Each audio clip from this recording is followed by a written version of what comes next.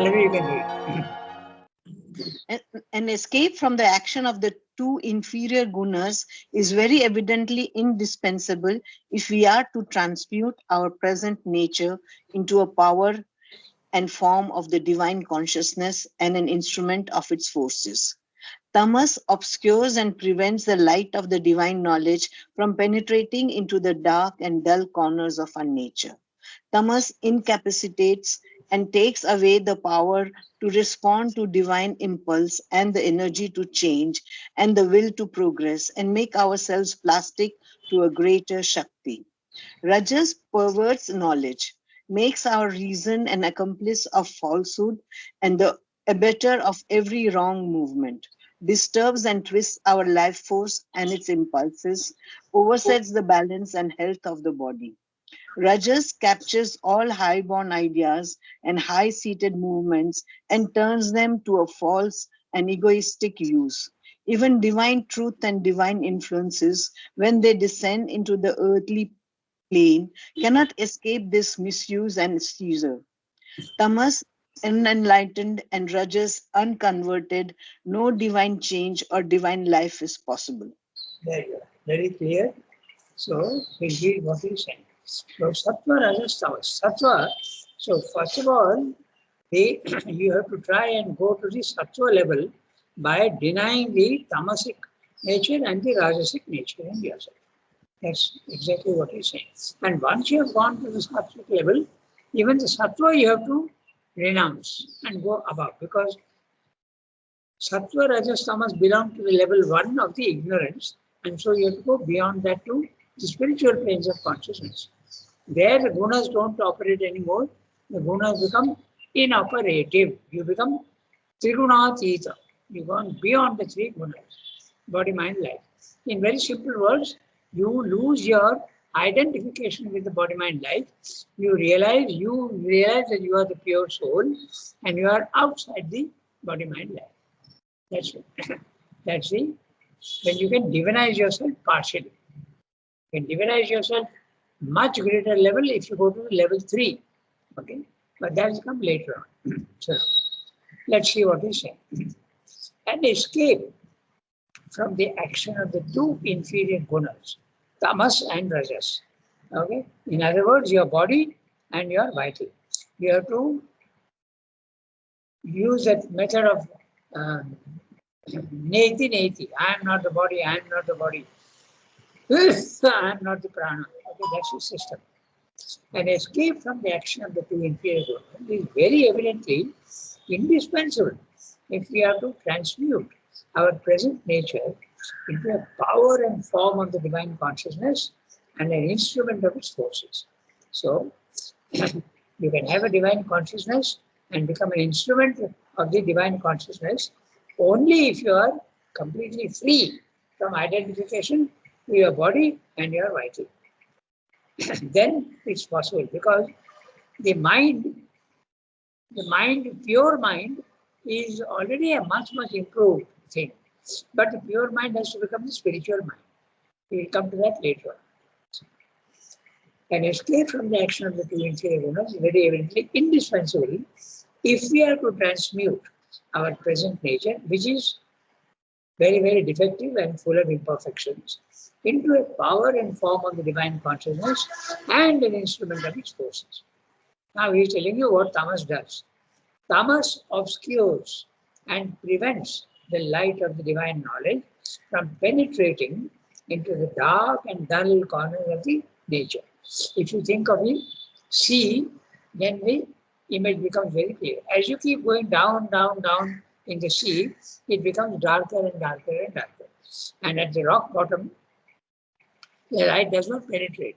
Exactly in the same way, the spiritual light, when it cannot enter into your body, it may enter into your mind, it may enter in some cases into your vital to transform it. But a body is very difficult. It is so dense and black that the light cannot come. Okay?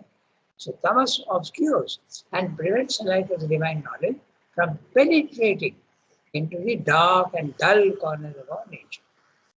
Tamas incapacitates, does not allow energy to operate. Tamas incapacitates and takes away the power to respond to divine impulse and the energy to change and the will to progress and make ourselves plastic to a greater Shakti. When the light comes, the rigidity in the body does not allow the plasticity, and then nothing much can happen. This is the problem with the tamas. Now the problem is the rajas. Rajas perverts knowledge. So knowledge can come, but it gets perverted. The ego starts using that knowledge for its own purpose and misinterprets the knowledge that is coming. Makes our reason the accomplice of falsehood. There you are. Then, in other words, in simpler language, you are always supporting your vital. Very rarely will you say, no, my vital is wrong. Okay? And I don't agree with it. That's very rare. 90% of humanity justifies their anger, justifies their envy, justifies their irritability, everything. They justify it. Okay? Accomplice of falsehood and the abettor of every wrong movement. The abettor, to abet is to side with a criminal. Okay? You are not committing the crime yourself, but you are inciting and encouraging another to commit a crime. That's an abettor. Okay? So to abet a crime is to incite and encourage another. Okay? So, of every wrong movement, okay, disturbs and twists the life force and its impulses, oversets the balance and health of the body. So, for instance, overeating, okay, that also is rajas because of greed. You overeat and your health suffers. Okay, so that also is there. It affects the wrong movement of rajas even affects your body. Okay, that's what he's saying, and that's very obvious. Rajas captures all high-born ideas and high-seated movements and turns them to a false and egoistic use. Even the noblest of thoughts, okay, they become, when you put it for ego, then it becomes something which is not the right thing. It becomes false. That's why Sri Aurobindo is very clear about altruism, humanitarianism, charity, okay, philanthropy. All these things are some in society. People say wonderful. It's a wonderful thing, but normally you do it for yourself. Okay? Although it's a very noble thing, helping others, but you do it for your own satisfaction. So it's not a spiritual action. Okay? So Rajas captures all high-born ideas and high-seated movements and turns them to a false and egoistic use. Okay? You don't take credit for what you're doing. I've done so much for others. Okay? Even divine truth and divine influence. By the way, it's very subtle, huh? Because I remember in one letter to Sri Aurobindo, okay, Amal is writing because his first wife, there was a misunderstanding and he divorced her. Okay, so he's writing that I loved her so much and she never responded, this, that, is complaining. So Sri Aurobindo says, what is human nature, human love? It is nothing. Okay, so you feel that you are loving very platonically, but you are taking credit for it and you are trying to justify it. Not knowing that it is really nothing. Human love is nothing at all. It's full of egoism. Okay, so I remember that. So that's what he's saying.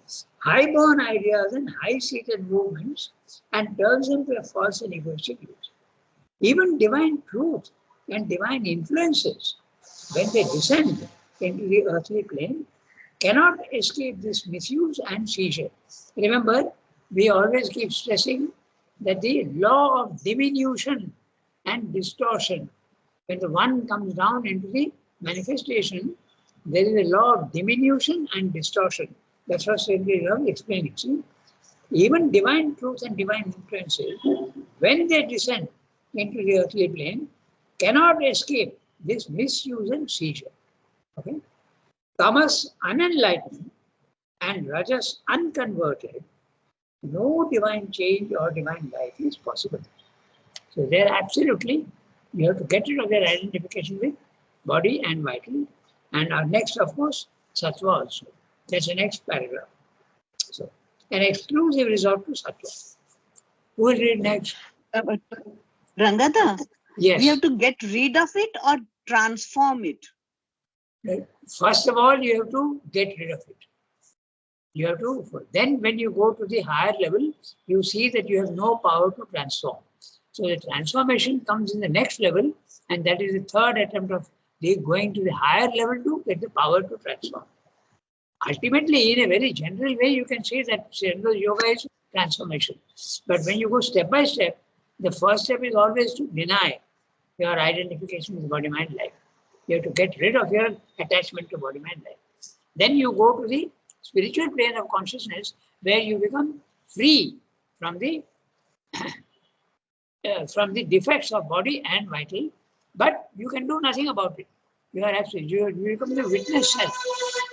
After you become the witness self, you see that there is no power, and then most of them give up. They say it doesn't matter. My consciousness is the main thing, and I have got rid of that, rid of the body and the vital. Because in any case, it will disappear at the end of death. Okay? When death comes, it will disappear. The power comes only in Sriyamdo's yoga when you want to transform the lower. And that you can do when you get the power. And that power is available only at the higher level. The total transformation. In the spiritual planes of consciousness is level 2. Some amount of power is there, and you can change your mental habits, you can change your vital habits, but you can't transform your body. The body transformation, tremendous amount of power is required for that, and that power is available only at the supramental stage, level 3. Okay, the Purushottama level. If you read the Gita, 3 levels. Kshara Purusha, level 1. Akshara Purusha, level 2, which is the spiritual planes of consciousness. And level 3, the Purushottama, Uttama Purusha. Kshara Purusha, Akshara Purusha, level 2, level 3, Uttama Purusha. That's the supramental, when you get the power to change the lower. Okay, so in the beginning, you have to. Pallavi's question is very valid, but that's only in the Sriyamdo's yoga, interior yoga. And that comes only at the end of the journey. That's why we say Sriyamdo's yoga begins where the others end. Okay, so when the others are ending, they lose their identification with body and life, and the soul becomes free and can disappear. It can disappear into the infinite. It can also have a choice of living in the spiritual planes of consciousness forever if they want, or in Sriyamdo's yoga, you want to come back again and help in the evolution and God's work in the world. So many choices you have. Sriyamdo discussed these choices. Okay. No, Rangada, when we do karma yoga, at that time you are not trying to transform your feelings or your mentality or anything. Karma yoga, karma yoga is, there is an attempt to, there is a bit of transformation that takes place. Yes. But it is the consciousness which becomes divine. The body and life does not become divine. In the karma yoga, it's very more powerful than the bhakti yoga and the jnana yoga, definitely more than the jnana yoga. But your consciousness becomes divine, puts on the nature of the divine. No, your vital doesn't change. The vital may change to some extent. Or your mental doesn't change a little bit. The mental can change because you are in a spiritual, and the mental is part of is a pure mind. The pure mind changes. But don't think that the mental is only one level. No? There is the physical mind, there is the vital mind, and there is the pure mind. And then there is the higher mind and all that in level 2, the Akshara Purusha. So the mental, the pure mind can change. But what about the lowest one? That need not necessarily change. There's gradation even of mind. Everything there's a gradation. That idea of gradation is very important. You must keep that in mind. Up to what level can you transform? It's possible to transform your pure mind. More difficult to transform your vital. And very difficult, almost impossible at this stage, to transform your body. Transformation does happen. Okay, there is a purification of the body also, but it doesn't become a divine body. It still remains a biological body. Okay, a biological body. Changes may occur, as Srinath said in his record of yoga. Okay, the body can become subtle. That body change is very. That's the whole intention in the Hatha Yoga, and they get longevity. They get purity of the body. Okay, and they have control over the body also. That happens, but it does not become a divine body. The divine body means it is not subject to death. It is not subject to illness. It is not subject to disease. That can happen only at the supramental race.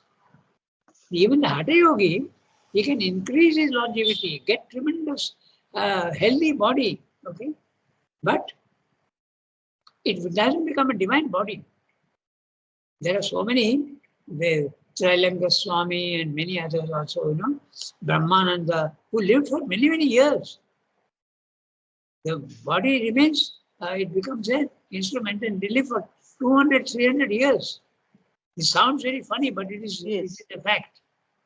Yes. Okay, Srivananda met Brahmananda. Okay, they didn't have any conversation, but on the banks of the Narmada, he saw Brahmananda. Brahmananda just looked up. He is supposed to have lived up to 300 years. Okay. Because he spoke at the time of the Battle of Plassey. So Srivananda mentions that in the evening talks. So he lived for definitely more than 250 years. Okay. Then Trailanga Swami also, another case. He lived for a long time. Anyway, so the divinization, transformation of mind is possible, transformation of vital is also possible, but divinization of the body, that means the body is a subtle body. It is material body, but subtle material. Okay? And it is not subject to death and not subject to disease. That's it. Okay, we go to the next one. So who will read? Tarika can read, or an exclusive resort to? Yeah, Rangadhar. I will read Rangadhar. Yeah, okay, go ahead. An escape from the action of the two inferior No, gunas. that we read just now. Oh, sorry. An exclusive resort to sattva would seem to be the way of escape. But there is this difficulty that no one of the qualities can prevail by itself against its two companions and rivals. If envisaging the quality of desire and passion as the cause of disturbance, suffering, sin and sorrow, we strain and labor to quell and subdue it. Rajas sinks, but tamas rises. For the principle of activity, dulled inertia takes its place. Sorry. Acquired peace, happiness, knowledge, love, right sentiment can be provided by the principle of light, but if Rajas is absent or completely suppressed, the quiet in the soul tends to become a tranquility of inaction, not the firm ground of a dynamic change. Ineffectively, right thinking, right doing, good, mild and even, the nature may become in its dynamic parts sattva-tamasic, neutral, pale-tinted, uncreative, or emptied of power. Mental and moral obscurity may be absent, but so are the intense springs of action, and this is a hampering limitation and another kind of incompetence. For tamas is a double principle.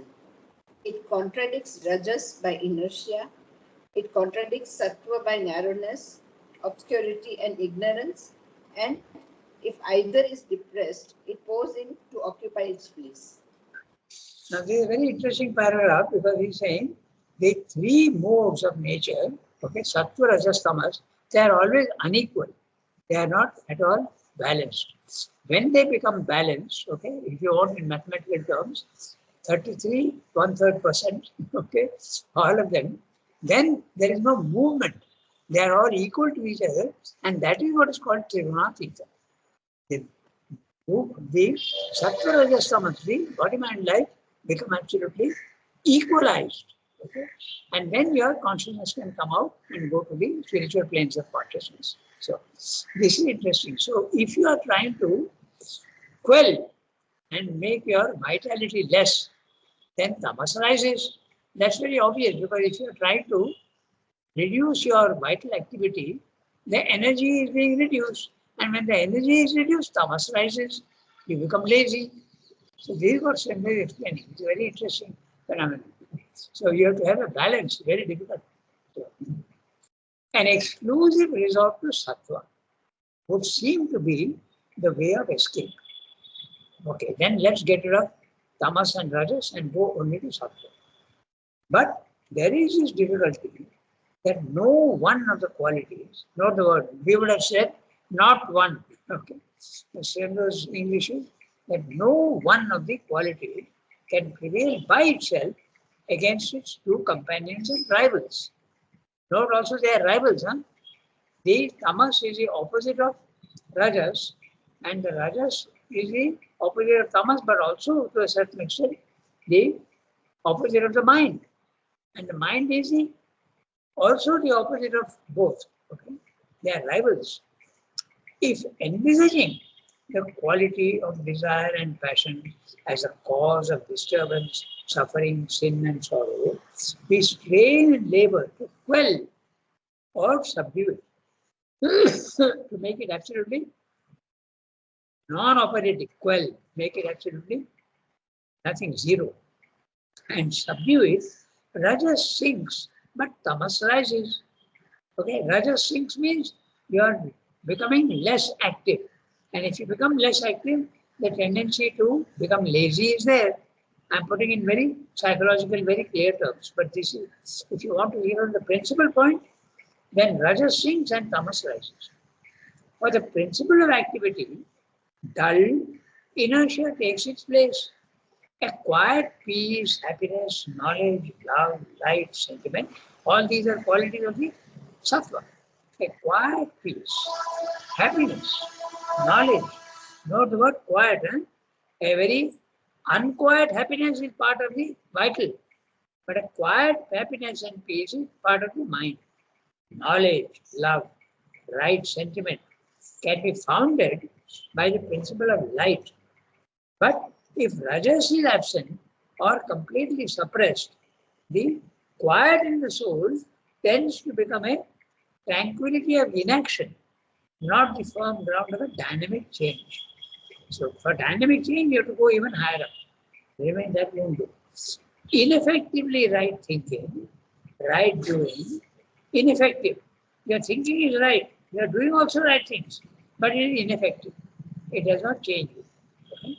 Ineffectively right thinking, right doing, good, mild, and even the nature may, even, okay, mild and even in the sense of equal, okay, even in that sense, not in the other sense. Mild and even. The nature may become in its dynamic parts sattva tamasic. Okay? So very often those who are very sattvic, they are not very active people.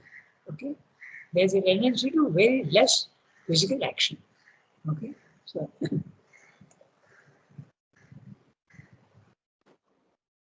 they will move slowly, they will talk slowly. You'll see that happens very sattvic. They will think 10 times before they say something. Okay, quiet, calm people. The activity, the energy aspect is less. But the ego can be there, very high ego. In fact, the sattvic ego is very difficult to conquer. So, a quiet peace, happiness, knowledge, love, right sentiment can be founded by the principle of light. But if rajas is absent or completely suppressed, the quiet in the soul tends to become a tranquility of inaction, not the firm ground of a dynamic change. Then what happens? He'll tell you. Ineffectively right thinking, right doing, good, mild, and even, the nature may become in its dynamic parts sattva tamasic, okay, neutral, pale tinted, uncreative, or empty of power. Very clear description.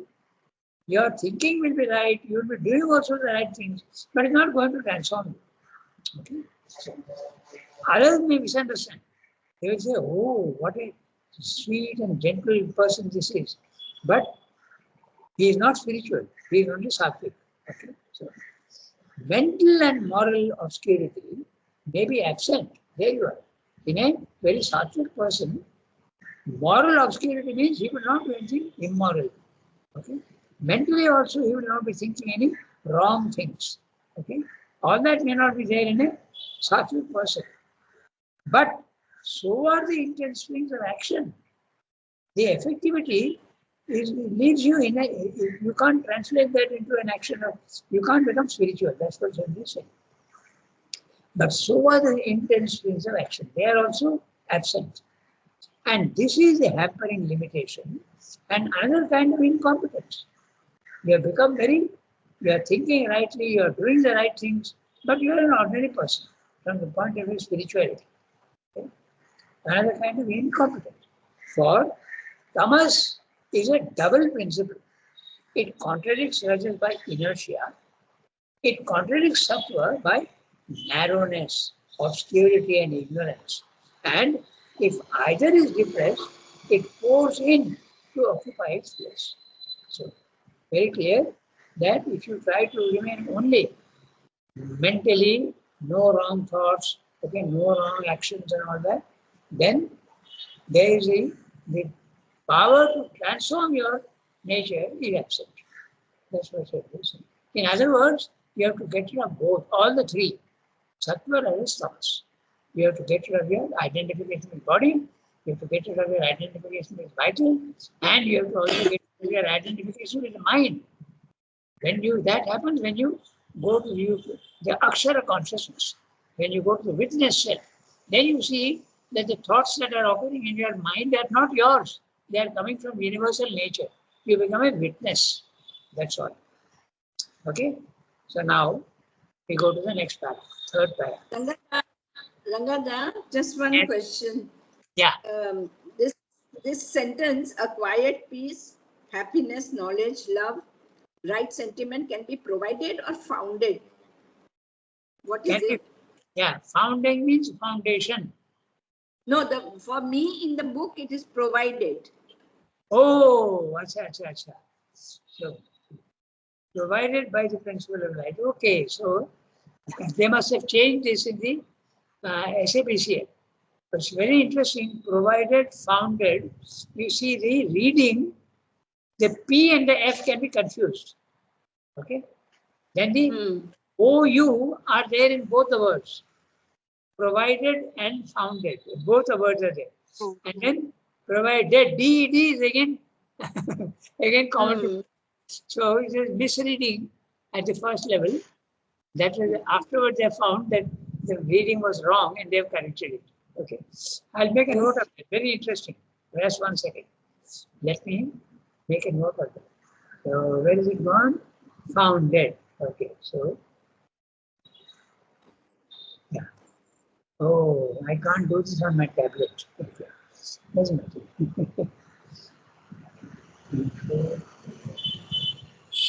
No, I can't do it on my tablet. I could have done it on my the laptop, but it's not possible. So it's interesting, founded, okay, and provided. This is a problem with reading Sremno's texts, his handwriting, and see the similarity between provided and founded. How the confusion comes. F and P can be confused if that F, you prolong the top curve a little more, it can become a P. Okay. Then OU is common, or rather OV in provided and OU in founded. Okay. But there is an R in between. That can come for the N. Okay. That can be provided. Okay. So V, U can become a V, and the N depends on how it is written. It can be read as an I also. And D, D is common. So it's very difficult to read those handwriting. And Prithvi Singh was supposed to be one who was an expert at it. Okay. The proofreading of Tarika's version, SABCL, was done by Sutapa and Temiben. Okay. They are the ones who did that. Now the recent one which I have got, the SABC, sorry, CWSA, was done in the archives. And I used to also do this work with Raman in the archives when I used to work. We caught many mistakes, okay? And quite convincing ones. We also caught some. Okay, it's an interesting thing that you mentioned. Okay, we have still 9 minutes. We can read the third paragraph. If we call in Rajas again. So, Soki can read. Yes, I will read. Go ahead, read it. If we call in Rajas. If we call in Rajas again to correct this error and bid it ally self to Sattva, and by their united agency endeavor to get rid of the dark principle, we find that we have elevated our action, but that there is again subjection to Rajasic eagerness, passion, disappointment, suffering, anger. These movements may be more exalted in their scope and spirit and action than before, but they are not the peace, the freedom, the power, the self-mastery at which we long to arrive. Wherever desire and ego harbor, passion and disturbance harbor with them and share their life. And if we seek a compromise between the three modes, sattva leading, the others subordinate, still we have only arrived at a more temperate action of the play of nature. A new poise has been reached, but a spiritual freedom and mastery are not in sight, or else are still only a far-off prospect. So, this paragraph is telling us very clearly that every attempt made at this level, at the level of the ignorance, the attempt is good, but it's not going to change you. It's not going to change you. Your nature does not change so easily.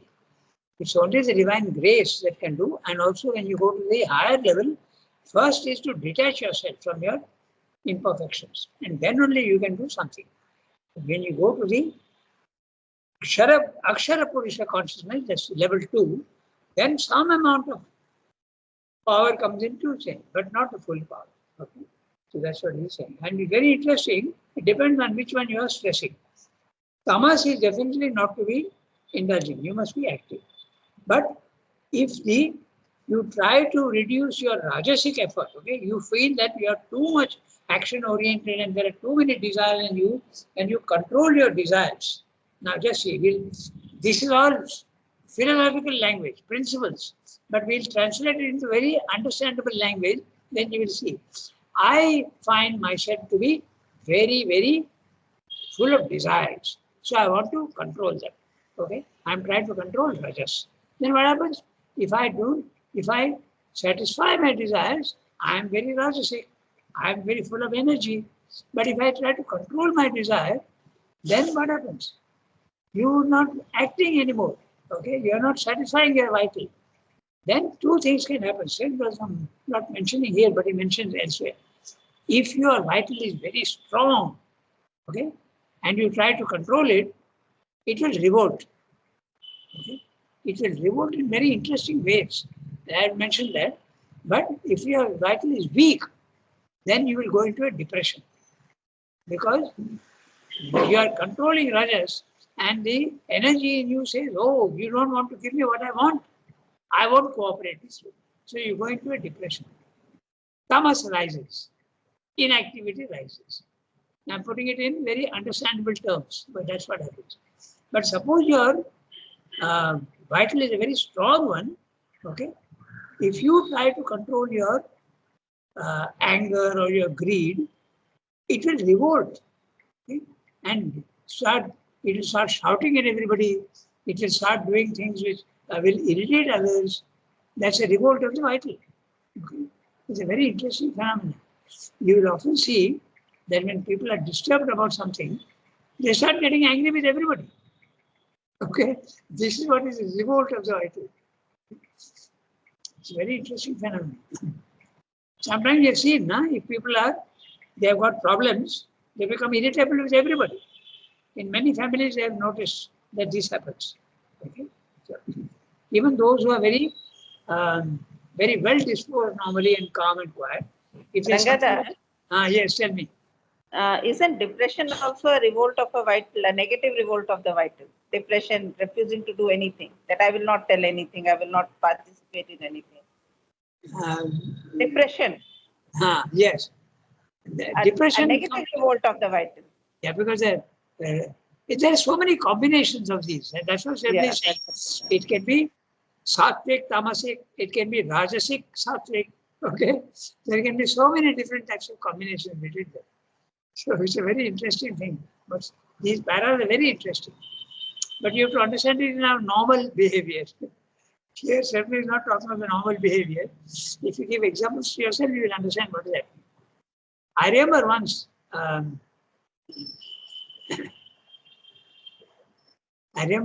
in my own case, even I can tell you, okay, so when there was this, you were trying to control your, the vital urges in you, okay, you start getting angry with everybody.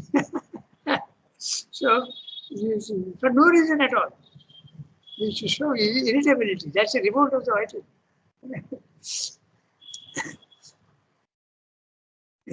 He is not there anymore.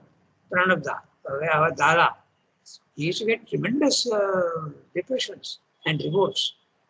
Once he walked away from when nobody knew where he was, and mother sent Pavitra to look out and find him where he was. So Pavitra went and found him walking somewhere near that Indira Gandhi statue. At that time, it was a military ground. And then he told, mother is calling you, and he brought him back again. So, this sort of thing. We have only 3 minutes left, so I don't think we can read the next one. Oh no, it's not very big. We can read the next one. A radically different movement. So, Kiran, can you read? Yes, Rangada. Yeah, a radically different movement. A radically different. Shall I read? Yes, go ahead. A radically different movement has to draw us back from the gunas and lift us above them. The error that accepts the action of the modes of nature must cease. For as long as it is accepted, the soul is involved in their operations and subject to their law. Sattva must be transcended as well as rajas and tamas. The golden chain must be broken no less than the leaden fetters and bond ornaments of a mixed alloy. The Gita prescribes to this end a new method of self-discipline. It is to stand back in oneself from the action of the modes and observe this unsteady flux as the witness seated above the surge of the forces of nature. He is one who watches but is impartial and is indifferent, aloof from them on their own level and in his native posture high above them. As they rise and fall in their waves, the witness looks, observes, but neither accepts nor for the moment interferes with their course. First, there must be the freedom of the impersonal witness. Afterwards, there can be the control of the master, the Ishvara. This paragraph is a perfect answer to Pallavi's question. Okay. So first of all, you have to detach yourself from your body, your vital and your mind. You have to stand back. And then last sentence, you are saying very clearly, first of all, you have to become the impersonal witness. That means you can't change your body, mind, life. But afterwards, there can be the control of the master. That's the third level. You go to the Ishvara level, and then you can control your body, mind, life. So first of all, you have to detach yourself from the imperfections of the body, mind. So we'll do this again. The next time we'll redo this. A radically different move. Not control of the tamas, rajas, and sattva, but standing back from them. Okay? Not identifying yourself with your body, mind, life. That's the solution. The first solution. The second solution, you have to rise to the Ishwar level. Then you can control your second transform. Okay? So in other words, we can say, Rangada, Now, yeah, Yes. that whatever, whichever path we say, this detachment is a necessary step. yes, that's right.